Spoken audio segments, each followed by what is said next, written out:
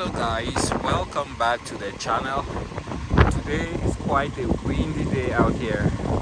Lots of gusty winds and looks like it might actually rain.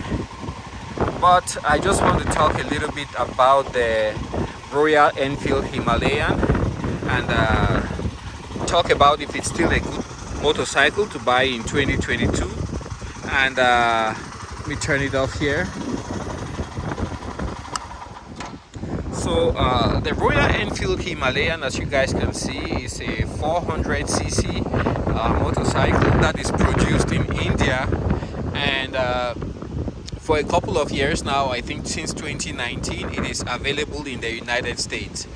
And I got mine in 2020, and since then I've really loved the bike. It has performed flawlessly.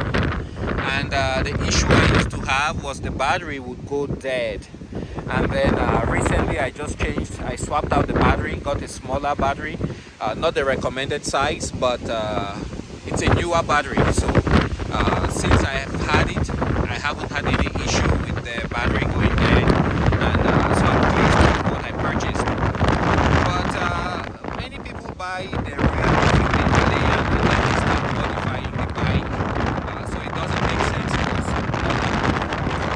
that you could actually purchase a used motorcycle, maybe something like the BMW 1200 GS, KTM, or African Twin, or the Tenere, Super Tenere.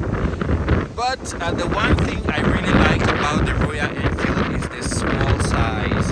It really encourages you to explore smaller back roads, take it on very tight trails, and you are not intimidated in case the bike drops down. You can definitely see that yourself. If you plan it very well, you can pick up the bike all by yourself, even if you don't have a very strong back, or with one other, a friend, you guys can pick it up. It's not such a heavy bike. And then the other thing too is the height of the bike.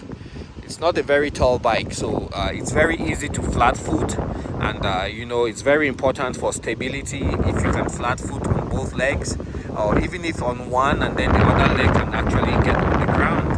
So some of those bigger bikes I mentioned, like the GS from BMW, those are monsters. They're huge, they're tall, and if you lose your footing on a tight trail, you have the bike come crashing down. And then to pick it up, if you're riding solo, that becomes a huge issue, and in fact it becomes a safety issue. So the Royal Enfield Himalayan continues to enjoy a very, very loyal following because of the size, easy to handle, and so long as you're not on the interstate for many hours on the day during the day, then it's not so bad for you to ride the bike over long distances. With the current global economic situation, parts for the Royal Enfield Himalayan are actually quite accessible, and we are having more and more suppliers from India who sell directly to the United States, and you'll be surprised some of the parts they actually get here very, very quickly. So more and more Royal Enfield Himalayan owners are buying parts directly from India. I think I had my risers shipped from India, and they got here in good condition within a very short space of time. Popular modifications that people do, they get additional protection, like for the oil cooler, they get attachments to put, like the roto packs system, additional gas and water. You have the headlight, which is a very popular modification to convert it to LED, like you see right there.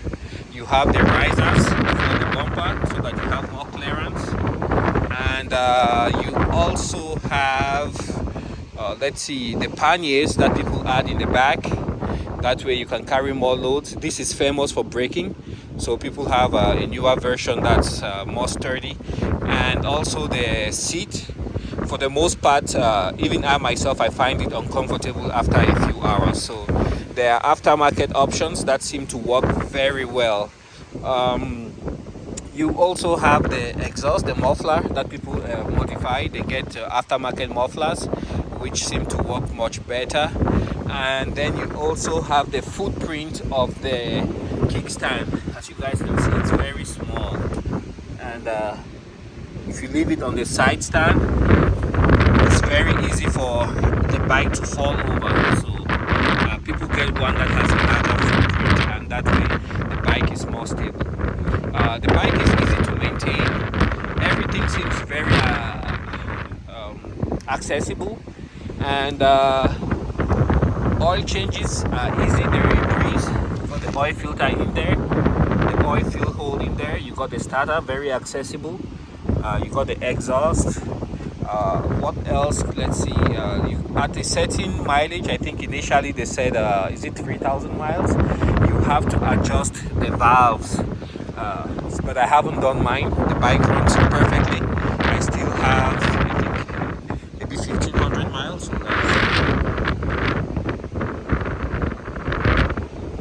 So I have about 1,500 miles on my bike, and I haven't had any issues so far. Knock on wood. Everything is original.